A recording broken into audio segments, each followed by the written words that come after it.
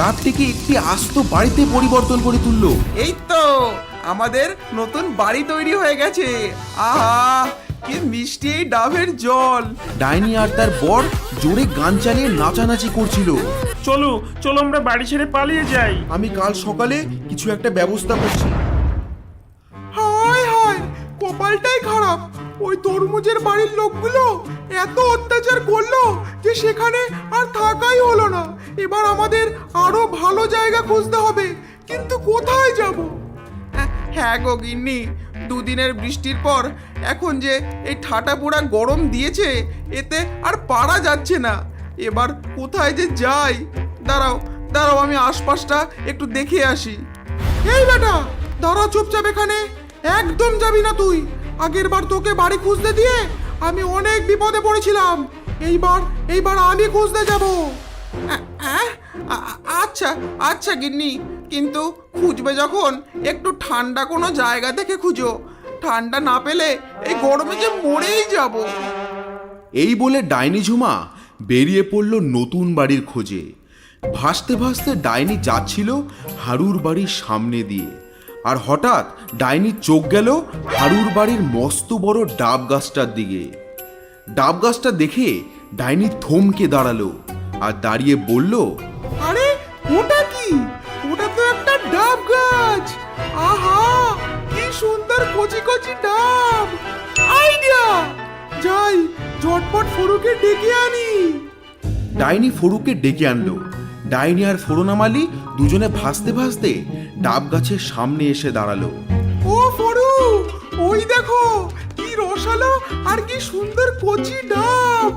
আজ মনে হচ্ছে থাকার জায়গাটা পেয়ে গেছি।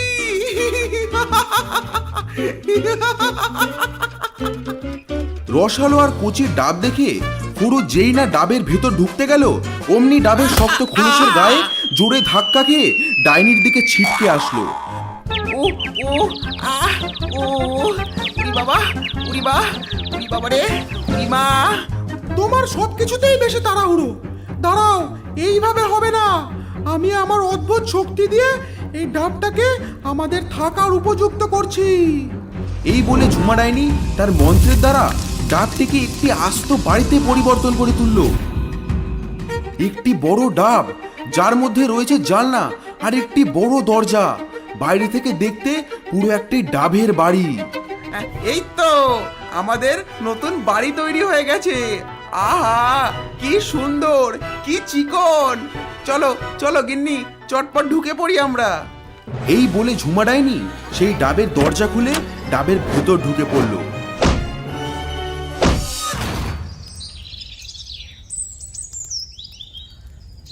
পরদিন সকালে হারু তার গিন্নিকে বলল, উফ কে গরম পড়েছে গো গিন্নি। গরমে গলাটা শুকিয়ে তো কাঠ হয়ে যাচ্ছে, কিন্তু কি করা যায় বলো না গিন্নি। আরে এতই যখন গরম লাগছে, বাড়ির সামনে ডাব গাছটা থেকে দুটো ডাব পেড়ে আনো না, দুজনে মিলে ঠান্ডা ঠান্ডা ডাবের জল খাই। এই শুনে হারু ছেলে বলল, ও শুধু তোমরাই খাবা? হ্যাঁ, আর আর আমি বাদ।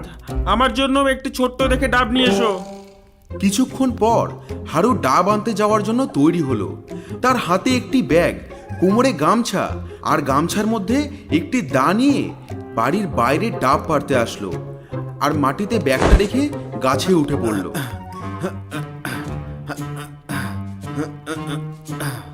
যেই না হারু গাছের উপর উঠলো, উঠতেই একটি বিরাট বড় ডাব দেখে সে অবাক হয়ে গেল।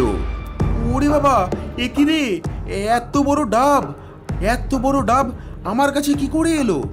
এত বড় ডাব, এই ডাবের মধ্যে জানলা দরজা সব আছে, যেন একটি আস্ত বাড়ি। ওরে বাবা, যাই যাই গিন্নিকে গিয়ে সব বলি। ডাবটি দেখে হারু ভয় পেয়ে সেই গাছ থেকে নেমে আসলো, আর নিচে নামতেই হারু তার গিন্নিকে ডাক দিল।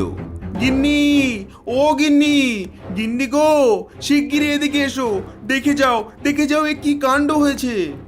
গিন্নি ছুটতে আসে, আর আসতেই হারু তার গাছের বিশাল বড় ডাবটা দেখায়, আর সেই দেখে গিন্নির চোখ তো কপালে উঠে যায়। ওরে বাবা, এই ডাব এত বড় কেন? সেটাই তো বুঝতে পারছি না। একদিকে হারুর পরিবার বিশাল ডাব দেখে ভয়ে কাঁপছে, আর অন্যদিকে ডাইনি আর ফরু সেই ডাবের ভেতর বেশ আনন্দেই আছে।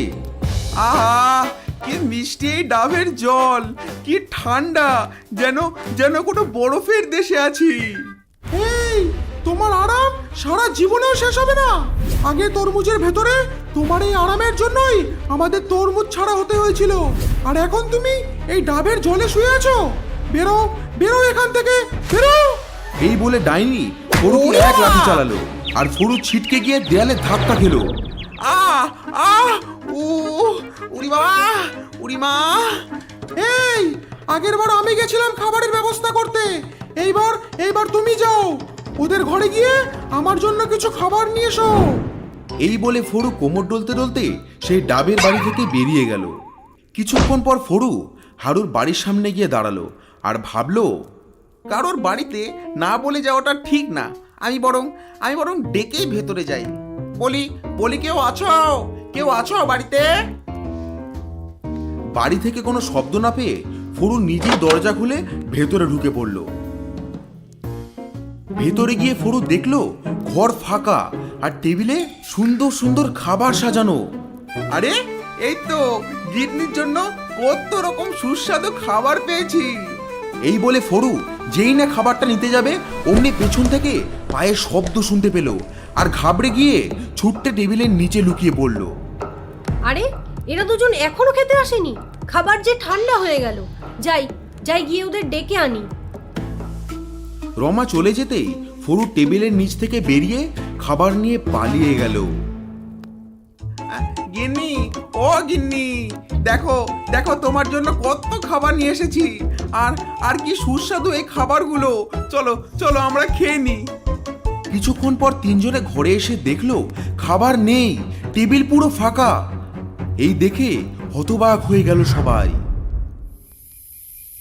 রাত হয়ে গেল। একদিকে হারু তার পরিবার নিয়ে আরামেই ঘুমাচ্ছিল, আর অন্যদিকে নতুন বাড়ি পাওয়ার আনন্দে ডাইনি আর তার বর জোরে গান চালিয়ে নাচানাচি করছিল।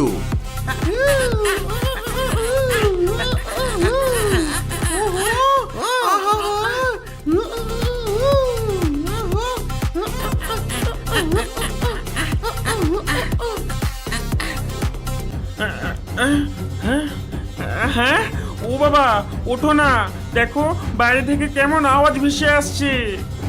গজার কথা শুনে সবাই উঠে বাইরে ছুটতে আসলো, আর এসে দেখে সেই ডাব গাছের উপর থেকে গানের আওয়াজ ভেসে আসছে। এ কি, এত রাতে গাছের উপর থেকে কিসের আওয়াজ ভেসে আসছে? যাই তো গিয়ে দেখি ব্যাপারটা কি। ব্যাপারটা কি দেখার জন্য হারু যেই না গাছে উঠলো আর উঠেই দেখলো এক ডাইনি আর এক ভূত ডাবের ভিতরে জোরে গান চালিয়ে নাচানাচি করছে। ওরে বাবা, এ কি দেখছি আমি? ডাবের ভেতর যে ডাইনি রয়েছে, আমার ডাবটাকে এরা বাড়ি বানিয়ে থাকছে। সেই ভয়ানক দৃশ্য দেখে হারু ঝটপট গাছ থেকে নেমে আসলো আর বলল, ওরো মা, এ তো পুরো ভুতুরে কাণ্ড। গাছের উপরে ওই বড় ডাবটার মধ্যে একটি ডাইনি আর একটি ভূত রয়েছে। হ্যাঁ, কি বলছো বাবা? ডাবের ভেতর ডাইনি? চলো আমরা বাড়ি ছেড়ে পালিয়ে যাই। না, আমরা পালাবো না, একটু ধৈর্য ধর। আমি কাল সকালে কিছু একটা ব্যবস্থা করছি। এই ডাইনিদের আমি তাড়িয়ে তবেই ছাড়বো। সেই রাতেই হারু তার গিন্নি আর তার ছেলে ভেতরে গিয়ে একটি প্ল্যান করলো। পরের দিন সকালে হারু আর গজা সেই ডাব গাছের তলায় লঙ্কা পোড়া দিল, আর সেই লঙ্কা পোড়ার গন্ধে সারা বাড়ির চত্বর ধোঁয়ায় ধোয়া হয়ে গেল, আর সেই ধোঁয়া গিয়ে ঢুকলো সেই ডাবের ভেতরে। ওরে বাবা, এই সকাল সকাল এই লঙ্কা পোড়ার গন্ধ কোথা থেকে আসছে? ইস, ও হ্যাঁ, ও গিন্নি গো, এই বাজে ধোঁয়ায় আমার চোখ মুখ জ্বলে পুড়ে একেবারে ছাড়খাড় হয়ে গেল তো। আমার মনে হয় এই কাণ্ড করেছে ওই নিচের বাড়ির লোকগুলো। এই ডাইনি, বেরিয়ে আয় বলছে আমার ডাব থেকে। এই ডাব গাছ আমার। হ্যাঁ, ওরে বেটা, তোরা জানতে পেরে গেছিস আমরা এখানে আছি? এবার দেখ আমি কি করি। এই বলে ডাইনি নিজের জাদুর মন্ত্রের দ্বারা একটি ফ্যান প্রকট করলো, আর সেই ফ্যান চালিয়ে জানলার সামনে রেখে দিল। ফ্যানের জোরালো হাওয়ায় সব ধোঁয়াগুলো ডাবের ভেতর থেকে বেরিয়ে গেল। এ কি কাণ্ড! হায় ভগবান, এ তো কোনো ফারাকই হলো না। এই ডাইনি যে সব ধোঁয়া বাইরে পাঠিয়ে দিল। না, আমাকে অন্য কিছু ভাবতে হবে। সেই দিন রাত্রেবেলায় হারু, রমা আর গজা তিনজন মিলে বসে ডাইনিকে তাড়ানোর প্ল্যান করছে। অনেক চিন্তা ভাবনার পর গজার মাথায় একটি বুদ্ধি আসলো। গজা বলল, যেমন কাঁটা দিয়ে কাঁটা তুলতে হয়, তেমনি আমরা ডাব দিয়ে ডাব ফেলবো। বাবা, কাল বাজার থেকে কিছু ডাব কিনে নিয়ে আসবে, আর সেই ডাবগুলো ওই ডাইনির বাড়িতে ছুঁড়ে মারবো। এই প্ল্যান সবার পছন্দ হলো। তিনজনে মিলে প্ল্যান করার সময় বুঝতেই পারেনি জানলার বাইরে এক ছায়ামূর্তি আড়ি পেতে সব শুনছিল। পরদিন সকালবেলায় হারু আর গজা দুজনে ডাব নিয়ে রেডি ডাইনির বাড়িতে মারার জন্য। গজা বলল, বাবা রেডি, 1 2 3। তিন গোনার সঙ্গে সঙ্গেই ডাব দুটো ছুঁড়ে মারলো ডাইনির বাড়ির দিকে। কিন্তু ডাইনি এই হামলার জন্য প্রস্তুত ছিল, কারণ আগের দিন রাত্রেবেলা পুরো ঘটনাটা ডাইনি আড়ি পেতে শুনে নিয়েছিল। আর ডাইনি তখনই সেই ডাবের ভেতর থেকে মাথা বার করে একটি ব্যাট দিয়ে ডাব দুটোকে রিভার্সে 6 চালালো। ওরে বাবা, এই ডাব দেখি উল্টে আমাদের দিকে ছুটে আসছে। পালাও পালাও! ওরে বাবা, পালাও পালাও! এইবার হারু আর সহ্য করতে না পেরে বলল, না, এইভাবে আর হবে না। গ্রামের শেষে শ্মশানের ধারে ওই ভবাতান্ত্রিক থাকেন, আমাদের একমাত্র ওই তান্ত্রিক বাবাই বাঁচাতে পারেন। সেই দিন রাত্রেবেলায় হারু ভবাতান্ত্রিকের কাছে যায় আর গিয়ে সব খবর খুলে বলল, তান্ত্রিক বাবা, মস্ত বড় বিপদে পড়েছি আমরা। এক ডাইনি ওই আমাদের ডাব গাছের উপরে।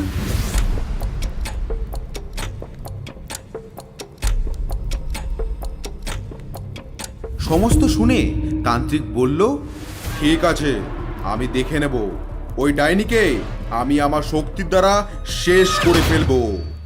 সেই দিন রাত্রেবেলায় তান্ত্রিক হারুর বাড়ির সামনে এসে উপস্থিত হলো। তান্ত্রিক নিজের মন্ত্রের দ্বারা একটি আগুনের গোলা প্রকট করলো আর করে ছুঁড়ে মারলো সেই ডাবটির দিকে। আগুনের গোলাটি ডাবের গায়ে লাগতেই ডাবটি গরম হতে শুরু করলো। ডাবের ভেতরের মেঝে গরমে লাল হয়ে উঠল আর ডাইনিরা গরমে লাফালাফি করতে লাগলো। হ্যাঁ, এ কি? মেঝেটা গরম হচ্ছে কেন? ওরে বাবা, ওরে মা, এটা হঠাৎ গরম হয়ে উঠলো কেন? ওরে বাবা রে, পুড়ে গেল রে! ওরে বাবা, ওরে মা, জ্বলে গেলাম রে, পুড়ে গেলাম রে! ওরে মা রে! ওরে বাবা! ওরে ওরে ওরে আমার সাদের ডাবের বাড়ি রে! কি হচ্ছে এটা? আমার ডাবের ঠান্ডা জল শুকিয়ে গেল রে! ওম এই ডাইনি, নিজের যদি ভালো চাস তো বেরিয়ে আয় ওখান থেকে। ছেড়ে দে ওই ডাব। ডাইনি আর ফরু ডাবের গরম সহ্য করতে না পেরে শেষমেশ বেরিয়ে পড়ল সেই ডাব থেকে। আর ডাবের নিচে এসে ডাইনি রাগে ফুলতে ফুলতে বলল, ওরে বেটা, তবে এই কাজ তোর! আজ তোকে শেষ করে ফেলবো! এই বলে ডাইনি তান্ত্রিকের দিকে একটি বিশাল অস্ত্র ছুঁড়ে মারল। আর তান্ত্রিক নিজেকে রক্ষা করার জন্য মন্ত্র বলে একটি বলয় সৃষ্টি করল। ডাইনির অস্ত্র তান্ত্রিকের বলয়ে লেগে ধ্বংস হয়ে গেল। তবে ডাইনি, নে দেখ এবার আমার মহা অস্ত্র। ভবাতান্ত্রিক মন্ত্রের জোরে হাতে একটি বিচুটি পাতা প্রকট করলো আর ছুঁড়ে মারলো সেই ডাইনির দিকে। বিচুটি পাতা গায়ে লাগতেই সেই ডাইনির সারা গা চুলকাতে শুরু করলো। এত চুলকাচ্ছে কেন? মরে যাবো চুলকাতে! ওরে কেউ বাঁচা রে! ওরে বাবা রে! ওরে মা রে! গিন্নি গো, আর এখানে থাকা যাবে না, পালাও গো, পালাও!